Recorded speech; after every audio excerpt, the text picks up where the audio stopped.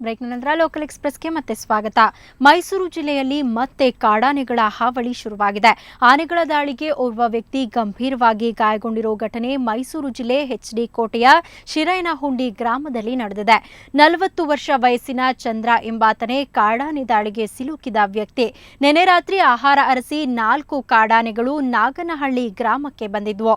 ಇದನ್ನು ಗಮನಿಸಿದ ಗ್ರಾಮಸ್ಥರು ಅರಣ್ಯ ಇಲಾಖೆಗೆ ವಿಷಯ ಮುಟ್ಟಿಸಿದ್ದಾರೆ. ಸ್ಥಳಕ್ಕೆ ಬಂದ ಅರಣ್ಯಾಧಿಕಾರಿಗಳು ಕಾಡಾನೆಗಳನ್ನ ಕಾಡಿಗೆ ಅಟ್ಟುವ ವೇಳೆ ಗ್ರಾಮದೊಳಗೆ ನುಗ್ಗಿರುವ ಆನೆಗಳು ಗ್ರಾಮಸ್ಥರಲ್ಲಿ ಆತಂಕ ಮೂಡಿಸಿವೆ. ಈ ವೇಳೆ ಚಂದ್ರ ಎಂಬಾತನ ಮೇಲೆ ದಾಳಿ ಕೂಡ ನಡೆಸಿವೆ.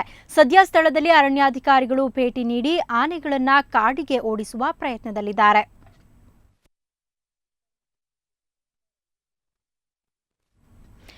ಅವರದ್ದು 4 ವರ್ಷಗಳ ಪ್ರೇಮ. ರಿಜಿಸ್ಟರ್ ಮ್ಯಾರೇಜ್ಗಾಗಿ ಇಬ್ಬರು ಮನೆ ತೊರೆದಿದ್ರು.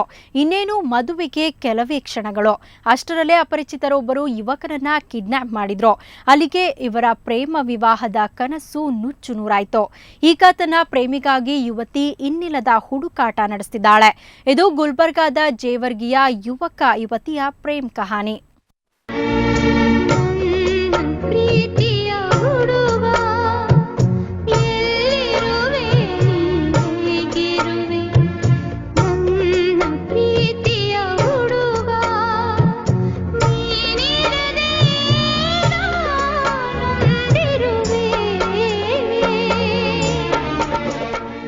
ಬುರ್ಖಾ ಧರಿಸಿರೋ ಈ ಯುವತಿಯ ಮುಖದಲ್ಲಿರೋದು ಬರೀ ನೋವು, ನಿರಾಸೆ. 4 ವರ್ಷಗಳಿಂದ ಪ್ರೀತಿಸಿದ ಯುವಕ ಇನ್ನೇನು ಸಿಕ್ಕೇ ಬಿಟ್ಟ ಅನ್ನೋ ಖುಷಿಯಲ್ಲಿರುವಾಗಲೇ ಕಣ್ಮರೆಯಾದ ದುಃಖ ಅದು. ಜೇವರ್ಗಿ ತಾಲೂಕಿನ ಚಿಗರಳ್ಳಿ ಗ್ರಾಮದ 22 ವರ್ಷದ ಈ ಯುವತಿಯ ಹೆಸರು ಶಬೀನಾ ಬೇಗಂ. ಇಜೇರಿ ಗ್ರಾಮದ ಎಜಾಜ್ ಪಟೇಲ್ನೊಂದಿಗೆ ಪ್ರೇಮಾಂಕುರವಾಗಿತ್ತು. ಆದರೆ ರಿಜಿಸ್ಟರ್ ಮ್ಯಾರೇಜ್ ಆಗೋ ಹೊತ್ತಿಗೆ ಯುವಕ ಕಿಡ್ನಾಪ್ ಆಗಿದ್ದ.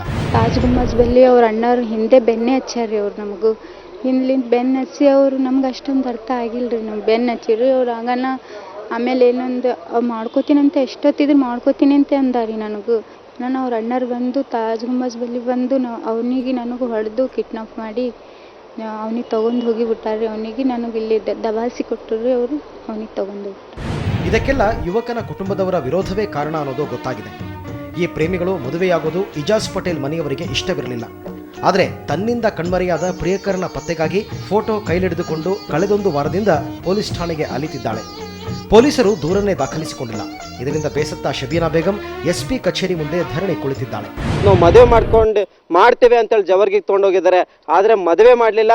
ಹುಡುಗನಿಗೆ ಒಂದು ಮುಚ್ಚಾಕಿ ಒಂದು ಕೂಡು ಹಾಕಿ ಇವತ್ತಿನ ದಿವಸ ಹುಡುಗಗೆ ಮತ್ತು ಹುಡುಗಿಗೆ ಒಂದು ದೂರ ಮಾಡುವಂತ ಪ್ರಯತ್ನ ಇವತ್ತಿನ ದಿವಸ ಮಾಡಿದ್ದಾರೆ. ಪ್ರಿಯಕರನ ಕಳೆದುಕೊಂಡ ದುಃಖವಿದ್ರೂ ಆತ ತನ್ನನ್ನ ಮದುವೆಯಾಗ್ತಾನೆ ಅನ್ನೋ ವಿಶ್ವಾಸ ಶಬೀನಾ ಬೇಗಂಳದ್ದು. ಇದೀಗ ಈಕೆಯ ನೆರವಿಗೆ ಕರವೇ ನಿಂತಿದೆ. ಪ್ರೇಮಿಗಾಗಿ ಜಾತಕ ಪಕ್ಷಿಯಂತೆ ಕಾದು ಕುಳಿತಿರುವ ಈ ಯುವತಿಗೆ ತನ್ನ ಪ್ರೇಮಿ ಸಿಗುವನೇ ಅನ್ನೋದನ್ನ ಕಾದು ನೋಡಬೇಕಿದೆ. ಶರಣಯ್ಯ ಹಿರೇಮಠ, ಸುವರ್ಣ ನ್ಯೂಸ್ 24/7, ಗುಲ್ಬರ್ಗಾ. ತುಮಕೂರು ನಗರ ಶಾಸಕ ಎಸ್ ಶಿವಣ್ಣ ಕಾರಿನಲ್ಲಿ ಚಲಿಸ್ತಾ ಇದ್ದ ವೇಳೆಯಲ್ಲಿ ವ್ಯಕ್ತಿಯೊಬ್ಬ ಕಲ್ಲಿನಿಂದ ದಾಳಿ ನಡೆಸಿದ್ದಾನೆ. ಕಚೇರಿಯಿಂದ ತಮ್ಮ ಮನೆಗೆ ತೆರಳುತ್ತಾ ಇದ್ದಾಗ ಈ ಘಟನೆ ನಡೆದಿದೆ. ಘಟನೆಯಲ್ಲಿ ಶಾಸಕರ ಬಲಭಾಗದ ಎದೆಗೆ ಗಾಯವಾಗಿದೆ.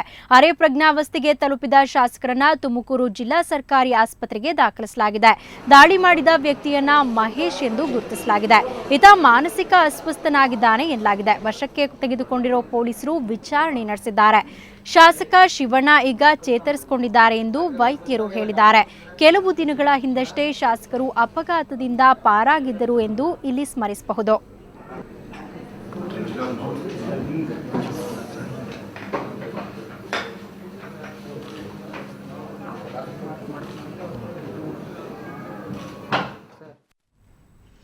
ದೇಶದಲ್ಲೇ ಮೊದಲ ಜಲವಿದ್ಯುತ್ ಯೋಜನೆಗೆ ಮುನ್ನುಡಿ ಬರೆದ ಸಕ್ಕರೆನಾಡು ಮಂಡ್ಯ ಜಿಲ್ಲೆ ಈಗ ಮತ್ತೊಂದು ಇತಿಹಾಸಕ್ಕೆ ನಾಂದಿ ಹಾಡಿದೆ.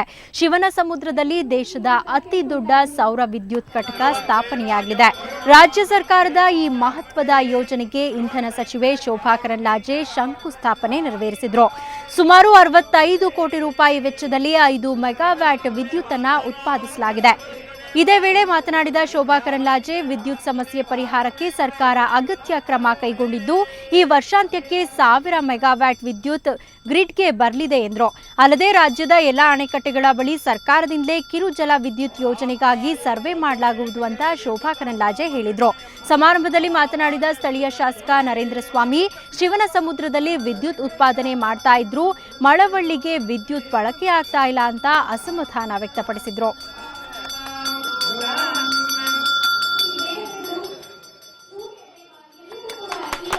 ಇದರಿಂದ ಖರೀದಿ ಮಾಡೋದಕ್ಕೆ ಯಾರಾದ್ರೂ ನೀವು ಸೌರ ವಿದ್ಯುತ್ ಘಟಕ ಹಾಕ್ತೀವಿ, ನಾವು ನಮ್ಮಷ್ಟಕ್ಕೆ ಸೇಲ್ ಮಾಡ್ಕೊಳ್ತೀವಿ ಅಂದ್ರೆ ಖಂಡಿತ ಈ ರಾಜ್ಯದಲ್ಲಿ ಎಲ್ಲರಿಗೂ ಅವಕಾಶ ಇದೆ. ಯಾರು ಬೇಕಾದ್ರೂ ಬರ್ಲಿ, ಯೋಜನೆಯನ್ನ ಹಾಕ್ಲಿ, ನಾವು ಜಮೀನು ಕೊಡ್ತೀವಿ. ಉತ್ಪಾದನೆ ಮಾಡಿದಂಥ ವಿದ್ಯುತ್ ಇನ್ನೊಂದು ಕಡೆ ಸರಬರಾಜು ಆಗ್ಬೇಕಾದ್ರೆ ಆ ಸರಬರಾಜಿನ ಸಂದರ್ಭದಲ್ಲಿ ಆಗ್ತಕ್ಕಂಥ ಲಾಸ್ ಕೂಡ ಇದೆ.